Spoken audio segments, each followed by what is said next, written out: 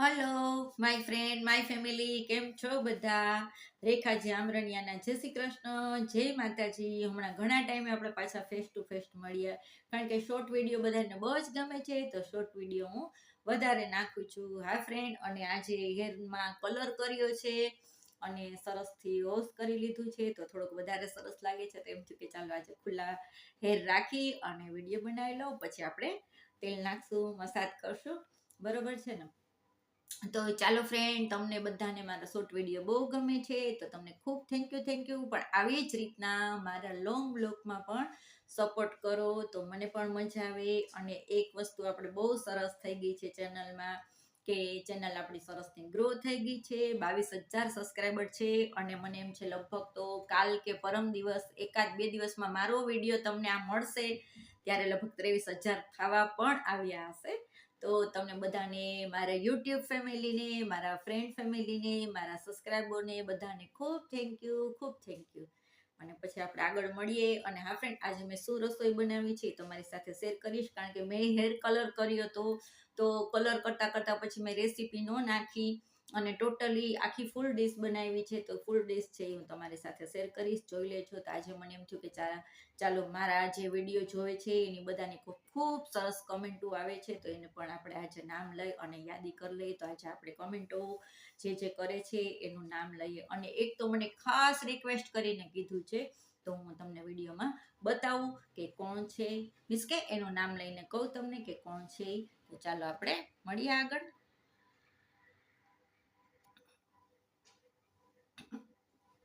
Mobile વાંચવા માટે મારે ચશ્મા લગાવવા પડે છે. તો પેલા તો આપણે પડધરી ગામ છે, ત્યાં મિત્તલબેન ધાંગધરિયા છે. પડધરી ગામ, મિત્તલબેન ધાંગધરિયા. તો મિત્તલબેન, તમને ખૂબ થેન્ક યુ. તમે મને ખૂબ સરસ સપોર્ટ કરો છો, મારા લોંગ વિડીયો પણ જોવો છો, અને સાથે સાથે તમે રાહ પણ જોવો છો કે રેખાબેન તમે ક્યારે લોંગ વિડીયો નાખશો. તો હું તમારા વિડીયોની રાહ પણ જોઉં છું. તો ચાલો આજે આપણે ફાઇનલી વિડીયો નાખી દીધો છે. તો ખૂબ થેન્ક યુ મિતાબેન, તમને ખૂબ થેન્ક યુ. હા, અને એક બીજા છે ભાવિકાબેન આમરણિયા, તો તમને પણ ખૂબ થેન્ક યુ. તમારી પણ સરસ કમેન્ટ છે કે દીદી તમારા વિડીયોની ખૂબ જ રાહ જોઉં છું, કારણ કે તમારા વિડીયો હું જોઉં તો મને કામ કરવાની બહુ જ મજા આવે છે. જ્યારે પણ હું થાકી ગઈ હોઉં તો તમારા વિડીયો જોઈ લઉં છું, તો મને ખૂબ મજા આવે છે અને કામ કરવાની પણ એનર્જી રહે છે.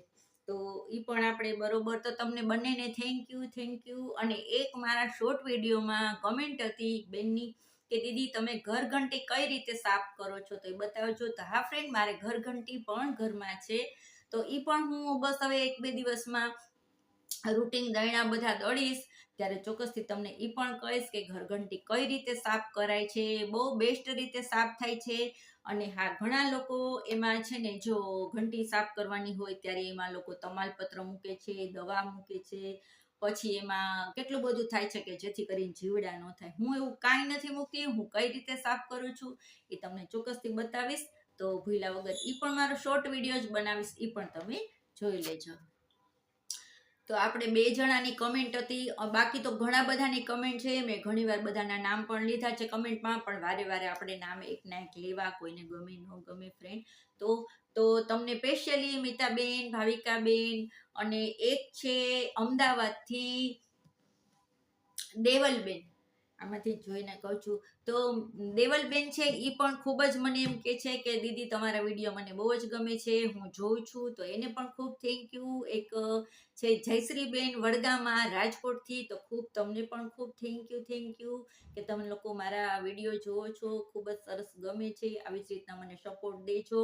અને બીજું કે કોઈ પણ ફ્રેન્ડ, આપણે ગમે ત્યારે કામની આળસ આવતી હોય તો કોઈ વિડીયો જોઈ લો, એવું નથી કે મહારાજ, કોઈ પણ જોઈ લો, ટીવી જુઓ, કોઈ પણ વસ્તુ જોવો, નેગેટિવ વસ્તુથી દૂર રહ્યો. હું દરેક વિડીયોમાં તમને કહું છું, આજ પણ તમને કહું છું કે હંમેશા પોઝિટિવિટી સાથે જોડાઈને રહ્યો.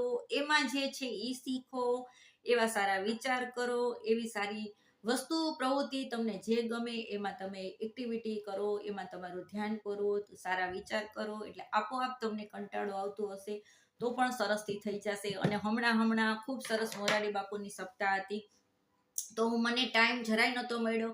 પર્સનલી મને ભાવનાબેન વડગામાએ મને કમેન્ટ કરી હતી કે રેખાબેન આવો સરસ મોકો નહીં મળે, તમે એકવાર ચોક્કસ આવો. પણ મેં ખૂબ ટ્રાય કરી કામ પતાવવાની, પણ મારું કામ પણ ન પત્યું, પ્લસ આ લોકોનો ટાઈમ પણ મારે સાચવવાનો હોય, બહારથી કોઈ આવ્યું હોય તો મારાથી ન હોવાનું.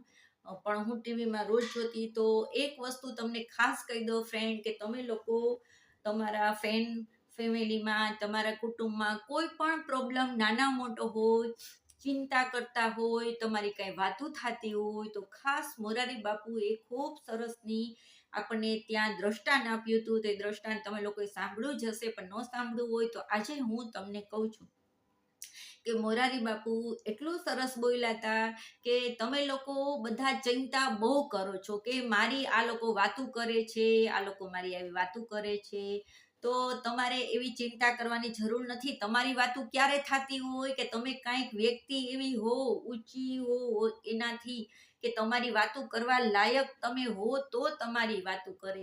તો એનું દ્રષ્ટાંત બહુ સરસ હતું કે જ્યારે તમને ખબર પડે તમારા સગા સંબંધીમાંથી કે તમારી કંઈક વાતું થાય છે, તો તાત્કાલિક ભગવાનના 2 દીવા કરો ને રાજી થાવ કે વાહ વાહ, મારી પણ સરસ વાતું થવા માંડી છે બહાર. મારી વાતું ક્યારે થાય કે મારામાં કંઈક હોશે તો મારી વાતું થતી હશે ને. તો હું એટલી ખુશ થઈ દ્રષ્ટાંત સાંભળીને કે બહુ સરસ બાપુએ સરસ વાત કરી, મોરારી બાપુએ, કે તમે કાંઈક હો તો જ તમારી વાતું થાય. બાકી કોની વાતું કરવા અત્યારે ટાઈમ છે? કોઈની વાતું કરવાનો ટાઈમ જ નથી. ઈ તો એમ જ છે, ઈ તો આમ જ છે, ઈ તો તેમ જ છે, એમ કરીને એ લોકો વાતું કરતા હોય છે. તો આપણે કોઈની વાતુમાં નહીં આવવાનું. આવા સારા સરસ દ્રષ્ટાંત સાંભળો, સારી વાર્તાઓ સાંભળો. અને બીજી પણ એક સરસ મજાની દ્રષ્ટાંત છે, એ પણ તમને કહું. તો ફ્રેન્ડ, એક દ્રષ્ટાંત એવું સરસ છે કે અમુક સમયમાંથી આપણે પસાર થવાનું હોય છે. અમુક સમયમાંથી આપણે પસાર થવાનું છે અને અમુક વખત સમયને પસાર થવા દેવાનો છે. સમજાય છે? અમુક વખત સમયને પસાર થવા દેવાનો છે. તો પસાર થઈ ગયા પછી તેમનું રિઝલ્ટ ખૂબ સરસ આવે છે. કારણ કે આપણી સાથે ક્યારેક ઘણી વાર એવું બને કે આપણો સમય છે ને ખૂબ ખરાબ જતો હોય, ખૂબ ખરાબ થતો હોય. તો એ સમય બહુ લાંબો ન હોય ફ્રેન્ડ, એ ટૂંકો જ સમય હોય. એ સમય આપણો પસાર થઈ ગયા પછી આપણો સમય પાછો સારો જવાનો છે. હું ઘણી વાર કહું છું કે એક દિવસ જેવો બીજો દિવસ નથી હોતો, બધા દિવસ અલગ અલગ જ હોય છે. તો પસાર થવા દેવાનો, ત્યારે તમને ખબર પડશે કે ઓલા દિવસ કરતા મારો આજનો દિવસ ખૂબ સરસ હોય છે. આવી રીતના સરસ સરસ પોઝિટિવિટી કરતા રહેજો, પોઝિટિવ માણસો સાથે બેઠા રહેજો. અને જે વ્યક્તિ સત્ય બોલવાની ક્ષમતા ધરાવતો હોય છે તે વ્યક્તિ હંમેશા નફરતને પાત્ર હોય છે. બધાએ આ મેસેજની તો ખબર જ હોય છે, કારણ કે દરેક માણસ હોય એની ઉપર કોઈકને કાંઈક તો પ્રોબ્લેમ હોય જ છે. પણ બિંદાસ રહેવાનું, કાંઈ ટેન્શન નહીં લેવાનું, ફ્રી રહેવાનું. બધાના સુખ દુઃખ આવે છે. શું તમને લોકોને એવું થાય છે કે મારી સાથે કાંઈ નહીં થયું હોય, કે મને કાંઈ નહીં પ્રોબ્લેમ હોય? બધાને થોડો મોટો હોય જ છે. કોઈને શરીરનો હોય, કોઈને ફેમિલી પ્રોબ્લેમ હોય, કોઈને શરીરનો હોય, કોઈ મજાનો હોય, કોઈને કુટુંબમાં હોય, કોઈને ઘરમાં માણસની પણ તકલીફ થતી હોય. ઘણાના ફેમિલીમાં એક વ્યક્તિ એટલી સરસ હોય કે એ જ માણસ કમાતું હોય, એ પણ ચાલ્યું હોય. કેટલા બધા જીવનમાં પ્રોબ્લેમ હોય છે ફ્રેન્ડ. તો આપણે બધા પ્રોબ્લેમનો ફેસ કરવાનો છે, દુનિયામાં રહેવાનું છે. તો આપણે સરસ રીતે જ રહીએ અને મસ્ત રહીએ.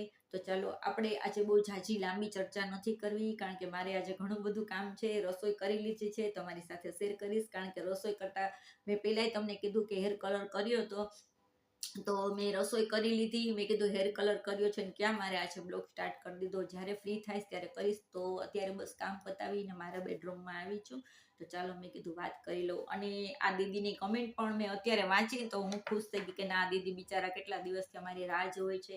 તો આજે એનું વિડીયોમાં નામ પણ લીધું છે, પડધરીથી દીદી છે. તો તમને બધાને ખૂબ થેન્ક યુ. મારો વિડીયો જોજો, સપોર્ટ કરજો અને બસ આવી જ રીતના હસતા રહ્યો.